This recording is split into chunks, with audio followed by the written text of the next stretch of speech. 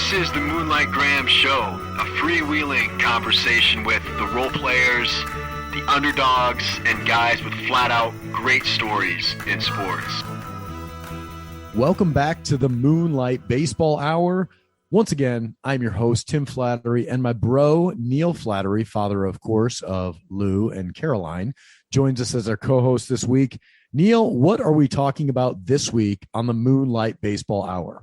Okay, so we got a few topics lined up, Tim. One of the things we definitely need to at least highlight a little bit is that we're in the midst of the Twins are leading the Yankees 7-5 in Game 3 of a 3-game series, and we could actually be looking at I don't want to jinx us because we're only in like the 7th inning or something, but they're up 7-5 right now. They could take 2 out of 3 against the Yankees, which is unheard of.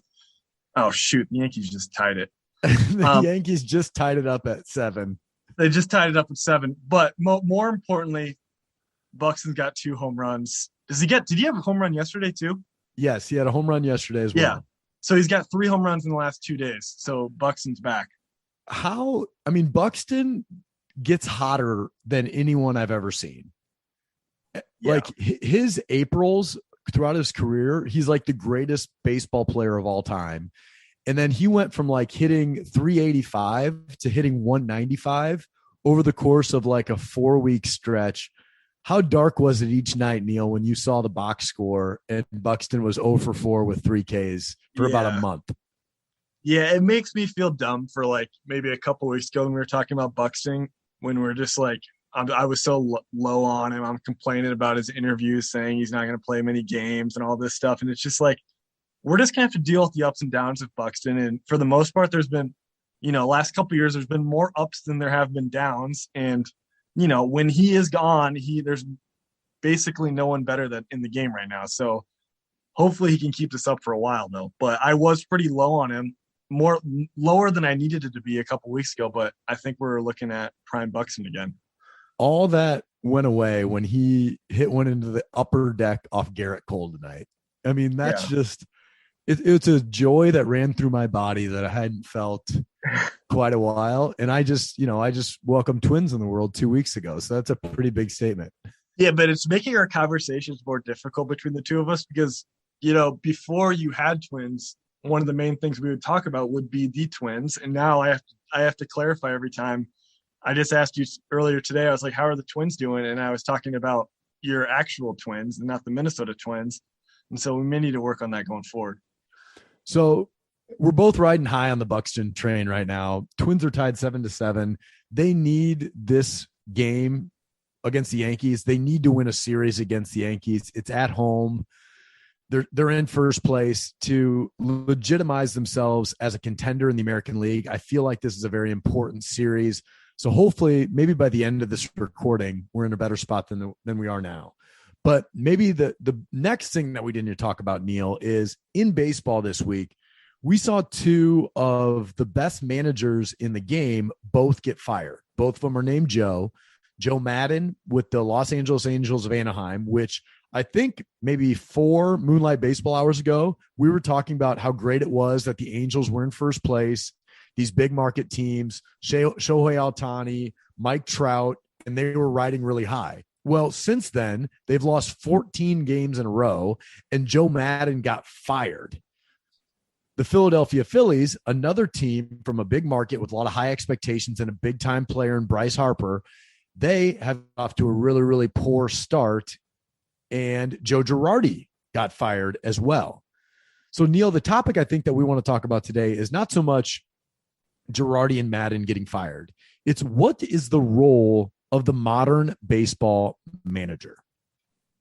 Yeah, that's a good question, Tim. And it seems like what's going on is a lot of these teams, and this isn't new probably to any baseball fan, but it seems like a lot of these front offices, as kind of the numbers have been playing a higher role in the game now. It's like they're utilizing these managers more of just like, guys who are, players managers who are just kind of going to do whatever the front office tells them in terms of what the analytics say, in terms of writing the lineup and, positioning the players on defense to do what they need to do. And they're not really looking for, your Joe Maddon types and who are going to kind of move the needle a little bit in terms of making moves during the game and stuff like that, which, it makes sense to me why they may be headed in that direction, but I'm a guy who I didn't play high level baseball. So I maybe don't understand the need for a manager. I respect that there is a need for having a good administrator of players and stuff like that. And having a good guy managing. I kind of have mixed feelings about like Joe Madden himself specifically, because I look at him as kind of like, one of the last old school managers in baseball right now, because he was a guy that would be willing to kind of maybe make a decision during the game that wouldn't necessarily coincide with the analytics. And sometimes I'd roll my eyes at that because I thought Madden was just kind of doing something to do something sometimes. But, he kind of got the shaft because of that too. So, but I did kind of appreciate that he was still kind of an old school manager who would make those type of decisions. And he had a lot of success for a while, but it seems like kind of baseball is going, kind of turning the page on those type of guys. Yeah, in the previous world, managers, they set the lineups every day. They made the pitching changes. They did the outfield shifts, and all that stuff now is analytically driven. And it seems like the computers or the front office is almost having an overweighted influence in all those areas. Like, obviously the manager is still the guy that probably writes out the lineup every day, but most of that is probably predetermined based on what the numbers say, right? And what the front office wants to see. So obviously the manager's job has become more of a literal people manager rather than a game manager. A lot of the game management decisions have kind of been essentially taken out of his hands. But it is amazing to see, Neil, that we still see managers, throwing in different wrinkles. Like when the Twins are losing, if you get on Twins Twitter, they're all blaming Rocco. Why did you go with this pitcher instead of that pitcher? And so they still do hold a big role, but because of analytics, like it's just not as much as it used to be. But what's amazing is even in today's game, you still know a good manager when you see it. And I think we saw that last year with like AJ Hinch getting a job. Like he got ousted out of Houston after that cheating scandal. And then he winds up in Detroit. And everybody was talking about Detroit at the beginning of last year being the worst baseball team maybe ever assembled. Like half of Detroit's roster last year was like guys that had washed out of AAA with the Twins. And somehow they were pretty respectable last year. Like at one point, they were like the second best team in the American League in the second half last year. And so you really gave AJ Hinch a lot of credit for what was going on there. And, if you really think about it, if you're with a group of 30 to 50 guys on a day-to-day basis every day for 8 months, it takes a pretty special type of leader to be able to get everybody moving in the right direction, to have a positive clubhouse on a day-to-day basis, to have good communication skills with everybody, all 50 of those people within the coaching staff, the front office, on the roster. It takes a special kind of communicator and guy to do that. Now, to your point, you talked about the players manager side of it. Sometimes I wonder about guys like David Ross that were, the everybody's favorite backup catcher, everybody's best buddy, Anthony Rizzo's best buddy. When guys have too good of relationships with everybody on the team, how hard is it to draw the line when you need to? Mm-hmm. And I think David Ross has run into some of that while managing the Chicago Cubs. Like he has not had as much success. Granted, they haven't had a great roster, but I would say David Ross's experience as the manager of the Cubs has been extremely underwhelming.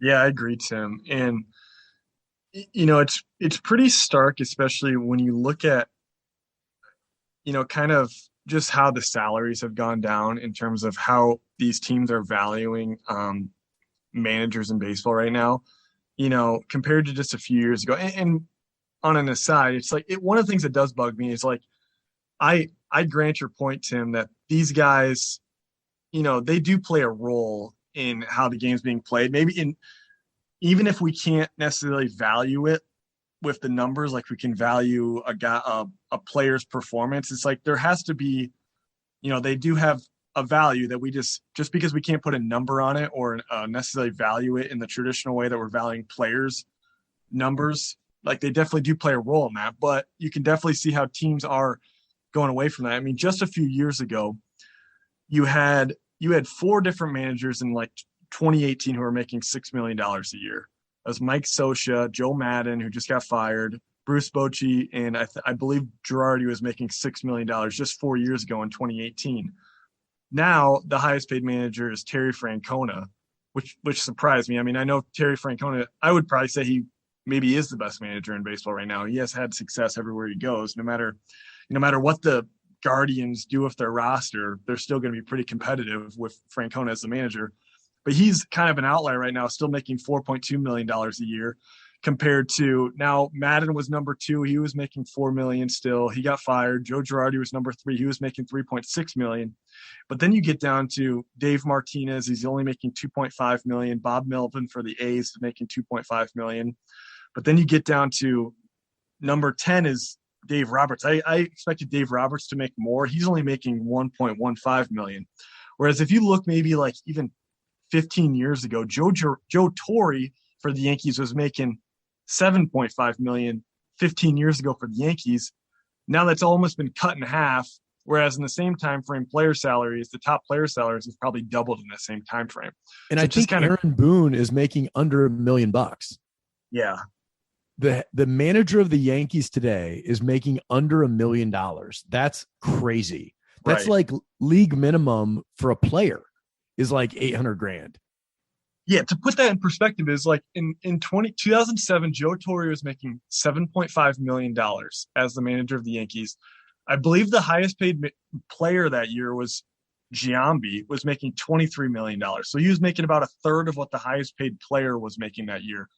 Now the highest paid manager is making about 10% of what the highest paid player is making. And Francona is kind of an outlier in terms of what his salary is for the Guardians. Well, a big thing that's been stripped away from the managers too is arguing calls. So we've ranted about this a number of times, but no longer can managers argue balls and strikes. It's almost pointless to argue plays because there's instant replay now. And so even though arguing is fruitless, what arguing does is it builds rapport and it builds credibility in the clubhouse and the dugout, because what it says to the player is the manager's got my back. And if nothing else, even if the manager knows the player's wrong, he's going to go out there and argue for the player so the player doesn't get tossed, right? And also it's a way for the manager to show, hey, I got your back. I got your back. In like, I know that sounds stupid, but in a clubhouse, in a dugout, that's a huge thing. That's a huge way for coaches and managers to build trust and build loyalty among their team. And now they no longer have that, right? And so players love that when a manager will go out and lose his head and get tossed defending one of his guys. That's a huge thing. And I know we're going to talk about college baseball here in a little bit, but in college baseball, I watched a ton of it this past weekend for the regionals, and college baseball managers, or actually they don't even call them managers, they call them coaches in college baseball. College baseball head coaches were chirping at the umpires all day long because they don't get tossed for arguing balls and strikes like they do in the major leagues. And you could just see how much more influence a college baseball coach had than a major league manager does just in the game setting by how they're working the umpires. And it was kind of refreshing to watch. Yeah, that's true, Tim. And I have to imagine for these guys who are playing a 162 game schedule, and it's like, it could, I don't know. I've never played a 162 game schedule, but I guess it could get monotonous day after day. The same sort of thing is going on. You don't know like kind of where your manager's at, but if you see him, get all over an umpire for, maybe for a questionable call that you thought was bad, you'd be like, okay, I know where my manager's at. He's got my back. Doesn't matter that maybe the last 2 weeks we didn't have a lot of conversation with him or whatever. I haven't developed that relationship yet with him, but I know because he kind of blew up in that instance that he's got my back. Yeah. And it's interesting to see a couple of managers like Joe Girardi and Madden just get fired this early in the season. I mean, we're about not quite 1/3 of the way through the baseball season right now. I think they've played about 80, maybe they're about 1/3 of the way through it right now. Just because the baseball season is such a long season, it's hard to evaluate whether a manager is doing a good job at this point, just because teams get hot, teams get cold. And I think the real test of the manager is the 162 game season. Can you keep the guys locked in? Can you keep them involved? Can you hang with certain guys throughout the year and work with them through their ups and downs?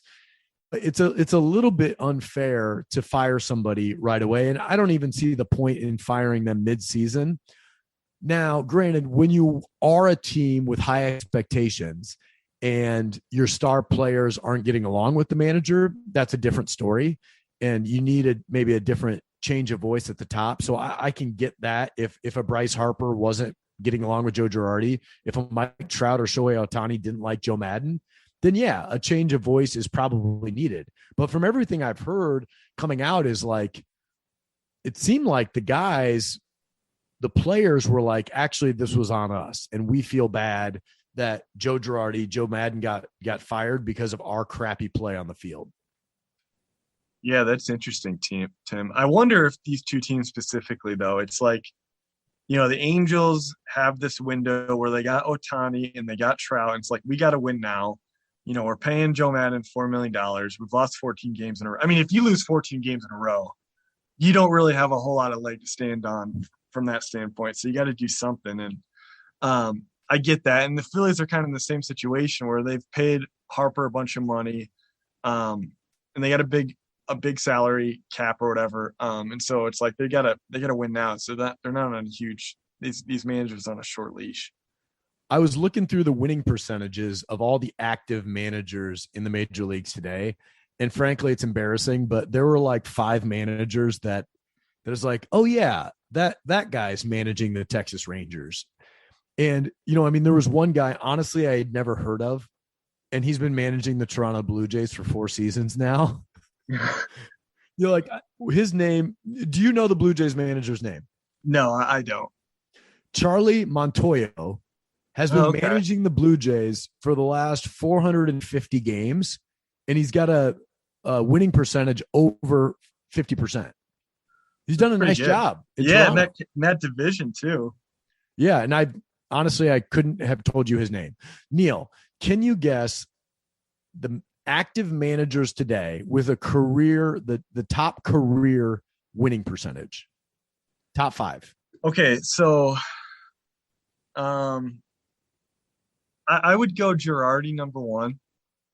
No, because not Girardi. Okay. Girardi's like in the top half, but he's not number 1. Not number 1. Okay. Well, Dave Roberts. No. Hey, Neil, I take it back. He would be in the top 5. Oliver Marmol for the Cardinals. He's the first year manager for the Cardinals. So he is a career 561 winning percentage, but he's only managed 57 games at this point. So if you take him out, Joe Girardi's number 5. Okay. What about Dave Roberts? So Dave Roberts is number 1. And Dave Roberts has his career managerial record. This is astounding. He's 578 and 350 for a career winning percentage of 623. That's unreal. Yeah, and they're only paying him $1.1 million a year. I mean, granted, the Dodgers have had unbelievable amounts of talent since he's been there, but winning at a 623 clip is unreal. That's amazing. That's crazy. Yeah. So number 2 then, Neil, is Aaron Boone, making $800,000 a year. Now, Aaron Boone, I thought was going to get fired last year. I'm actually surprised the Yankees brought him back, and his career winning percentage is 611. How many years has he been with the Yankees? He's won 368 games. He's lost 234. So right about 600 games. So this is his 5th season, maybe. Okay. But those are the only 2 active managers with winning percentages over 600. Okay. Well, that surprises me that there was even some that did have over 600. I mean, that makes sense now with those two guys. And then you got Alex Cora is next at 578.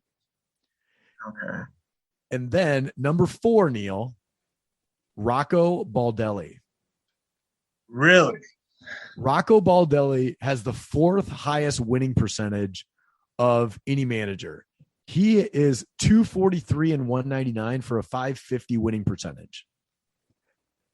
Now that really surprises me. I know. I mean, because he's had a couple bad years, it seems like, but he hasn't been there that long. Right. And so then you have Joe Girardi after that, who just got fired. And then Gabe Kapler, who had a couple bad years. He's on his 2nd managerial stint. Gabe Kapler's at 544. Interesting. Mm-hmm. So then after that, you have like Terry Francona at 540, AJ Hinch at 540, and then Kevin Cash at 540 as well. Kevin Cash for the Rays has done an unbelievably good job. Francona and Cash might be the two guys that I go to. Is there a manager in the game, Neil? I mentioned AJ Hinch earlier, but that seems to do more with less that you really like? Yeah, I mean, I've talked about Francona because it seems like every year the Cleveland team, they do whatever they can to sell off their good players, but Francona, puts a winning team out there no matter what. In the Rays, it's hard to I agree. I think Kevin Cash has done a great job, but it's hard to know like how much of that is Cash, how much of that is like the Harvard grads that they have working for the Rays right now, because it seems like whatever they do, they push all the right buttons in terms of, finding these like cheap pitchers that they can turn into Cy Young Award winners and stuff like that. So I agree with you. I mean, I would point to those two guys. In addition to that, yeah, I mean, like I said, a lot of these managers that are in the game right now, I don't know a whole lot about, to be honest. Yeah. So a guy that I think's done a really nice job that nobody talks about anymore is Don Mattingly. And Don Mattingly, when he was with the Dodgers, could not get over that hump. And now I guess if you see what Dave Roberts has done with the Dodgers is way better than Mattingly did. But I think Mattingly has actually done a really, really nice job with the Marlins. He made the playoffs with the Marlins, and it seems like every year with the Marlins, I mean, Derek Jeter just left that franchise because they weren't trying to win. And Mattingly has somehow like stayed around 500 for his career record while managing one of the worst teams in baseball, worst rosters, farm systems, all that stuff. Mattingly's career record is 844 and 887. And for like, the last 7-8 years, he's been the manager of the Marlins. Yeah, that's a really good call, Tim. I mean, even this year, I mean, they're only 2 games behind the Phillies. And like just trying to compare those two rosters, I mean, it's probably night and day in terms of, I mean, he outdoes his whatever the Judge just hit a home run. No, the Yankees just scored. But yeah, he outdoes the projections for the Marlins probably more than any other manager does every year. The other guy that I think has just done an outstanding job is Craig Counsell in Milwaukee. Yeah, he's another guy. How many years has he been there? Because I didn't realize he's probably, was it 2 or 3 years now? Craig Counsell's managed almost 1,100 games, Neil. Okay. So he's okay. Yeah. So quite a while.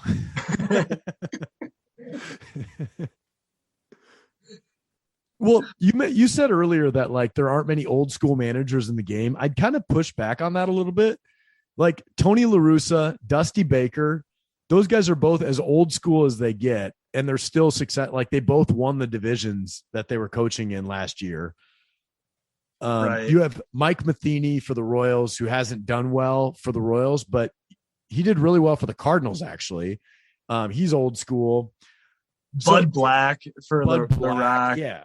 These guys are old school. Yeah, I take that back. I mean, David Bell with the Reds. The Reds are one of those teams that everybody thought was going to be the worst team ever this year. The Reds have actually played pretty good baseball over the last month, and I think David Bell's done a nice job with them. Yeah.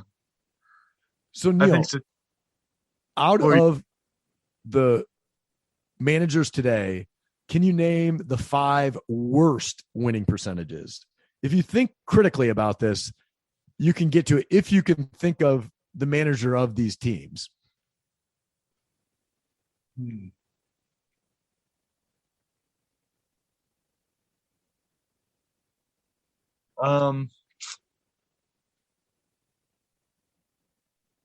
I can't think of it.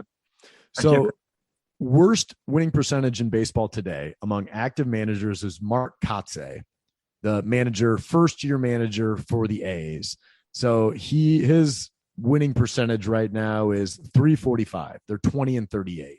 Okay. Second worst is Brandon Hyde, who's been with the Orioles for the last 3 years. He's 155 and 287 for a winning percentage of .351. Third worst is Derek Shelton. Do you know who he manages for, Neil? Pirates. He's for the Pirates, former Twins bench coach. Yeah. Derek Shelton, 377 win percentage. After that is Chris Woodward, who is for... Chris Woodward would be for I'm not sure. The Texas Rangers. Chris Woodward is 186 and 254 for the Texas Rangers. And then the fifth worst winning percentage in baseball, David Ross and your Chicago Cubs. Okay. He's 128 and 150 for a .460 winning percentage. That's worse than David Bell for the Reds, and the Reds stink. Yeah, that's pretty remarkable. Well, it's one of those things though, Tim, when trying to evaluate these managers, it's like I don't know what it is that makes a good manager versus a bad manager, because I can't see the inside workings of the clubhouse and that sort of thing. So I don't know how to evaluate these guys other than just looking at how they do every year. And that's basically who wins the best manager of the year award. Is just what were you projected to do at the beginning of the year and how did you end up at the end of the year? It seems like that's usually gets that award. You're exactly right. I'm not here to say that Mark Kotze is the worst manager in baseball. Right. So much of it has to do with is the team trying to win? What's the roster that you have?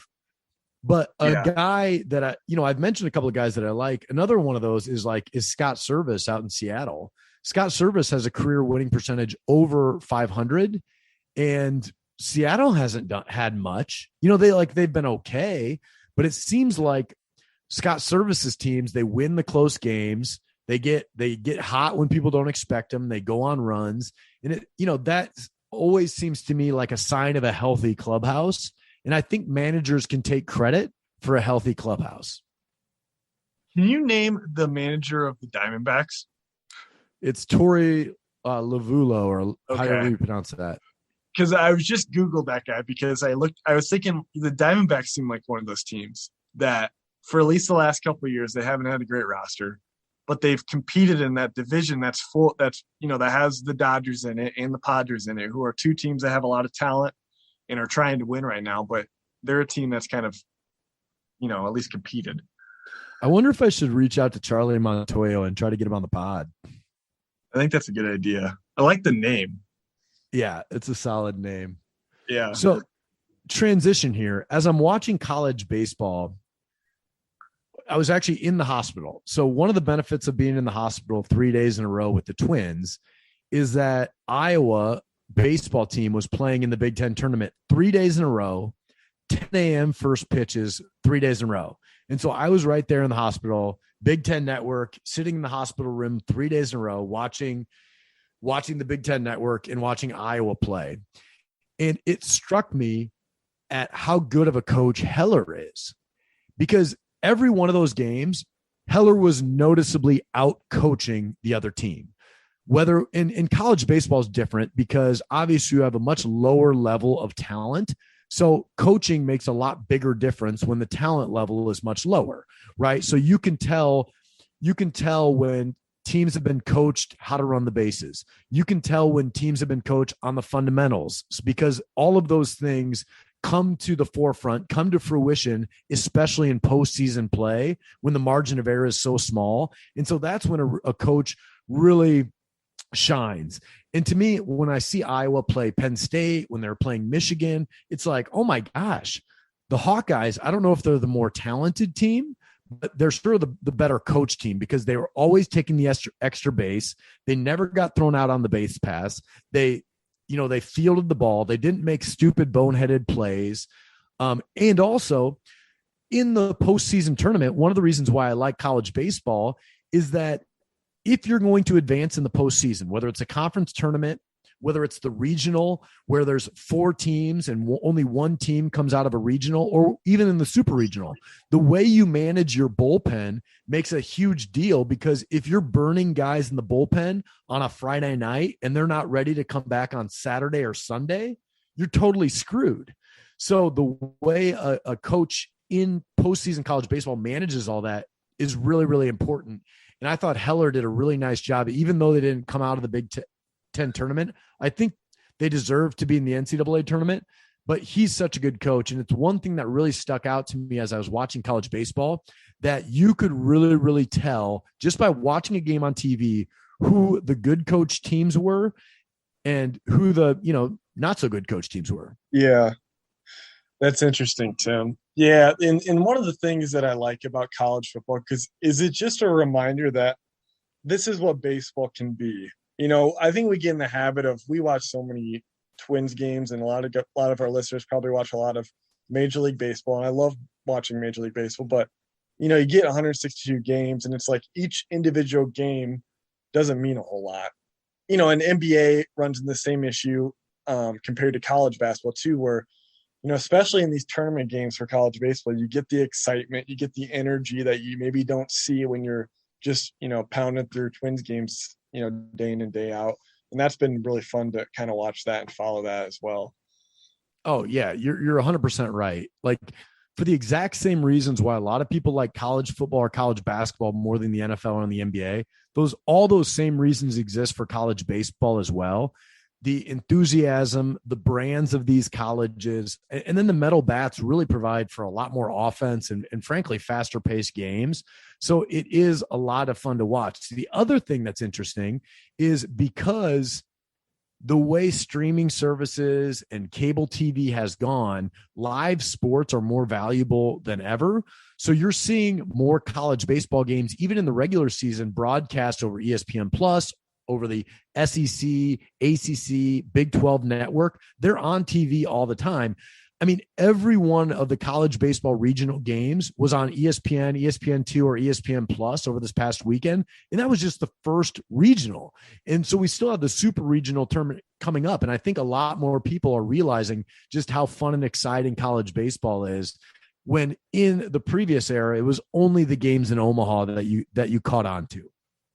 Yeah, and I think one of the things we've seen because of that too is like, and I remember following college baseball, what would have been 10 years ago, probably, when Joey was playing. And we saw it a little bit then, like a lot of these schools, especially in the South, had really started investing more in baseball. But especially now, it's like, man, these schools, they got like, you go down south to like Arkansas and LSU and some of these schools down south, they really have invested in the sport. And it's, they got like AA caliber or almost AAA caliber stadiums down there, and the fans are really into it. And it's like, I don't know what the situation is there necessarily if all the different sports, but it's like, if baseball isn't the second biggest college sport there, it's giving basketball a run for their money in some of these states, especially Arkansas and Mississippi and Louisiana, probably. Oh yeah. I mean, Oklahoma State, baseball is more important at Oklahoma State than basketball. That's 100% true. Yeah, but Oklahoma State's coaching staff is Matt Holliday, Robin Ventura, former manager of the Chicago White Sox, is Oklahoma State's first base coach. Like, their coaching staff is unbelievable. They've got a great stadium, and watching them versus Arkansas this past weekend was just as exciting of baseball as I've seen in a long, long time. Yeah. The one thing I'd say about college baseball, though, and I don't follow it nearly as closely as you do, Tim, though, but when I'm following it, especially on social media, it's like, one of the drawbacks that I feel of it is, like, when I watch like a football game and I see a highlight of a football player, it's like, no one shows like a highlight of a cool football player and says like, college football is awesome, but when they show a highlight of a college baseball, like a walk-off home run that wins the game, it's awesome. It's like the conversation around it isn't like, look at so-and-so hit this awesome home run, look how exciting this is. It's more like we talk about college baseball is awesome instead of like, we're not actually talking about the moment. We're just, trying to hype college baseball. And it's like, they're trying to sell it to me like that. Whereas I do see, I think all your points about streaming and all this stuff, like it's taken off in the last few years, but I still feel like it has a ways to go in terms of becoming like a national conversation. I agree. I mean, yeah, I know we agree on everything on this podcast, but I also agree with that statement, Joe Schomburg. And, okay. But it is, at least people are talking about it, and it is a lot of fun, and it's got a long way to go. But yeah, I enjoyed the heck out of watching it this past weekend. Yeah, and I'm looking forward to following the super regionals now as they come up. I'm glad to see some northern schools that are in it, although it is kind of full of southern schools like it usually is. How much fun would it have been if all of those games were on ESPN when Joey was playing? Yeah, I know. I mean, he was on ESPN too, I believe, right? Well, I mean, he was on ESPN for the super regional. Yeah. But he threw like an 8-inning shutout against Bryant in the regional. And I remember we had to watch it through like a crappy online streaming service. It wasn't on TV, but it would have been fun for, I don't know how many people like saw Joey at his best. Yeah. And he was at his best that night, Yeah, I know. And I remember watching that, and I've never felt that way watching any type of sport where it's like every single pitch that Joey threw, I was like shaking, and it was like life and death every single pitch. Yeah. That Kansas State baseball team was just one of my all-time favorite teams. Yeah, I know. All those guys. I've never met hardly any of them, I don't think, but I feel like I know them personally. Yeah. Yeah, like I just want to see, Johnny Davis out, switch hitting left fielder and just buy him a beer.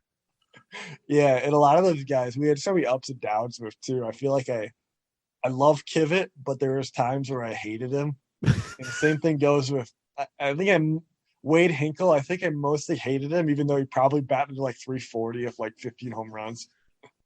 If anybody made an error behind Joey, I hated him. Yeah, I know. All right. Well, that was a pretty good Moonlight Baseball Hour this week, Neil.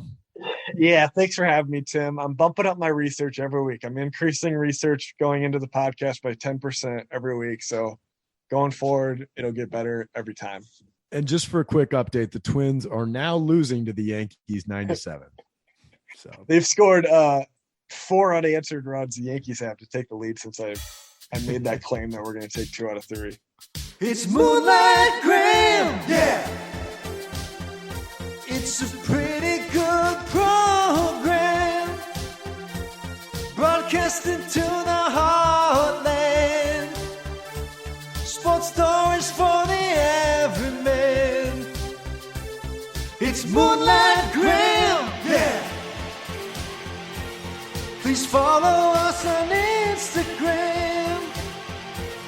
You're loving us on Twitter too. You download every pod we do. It's Moonlight Graham.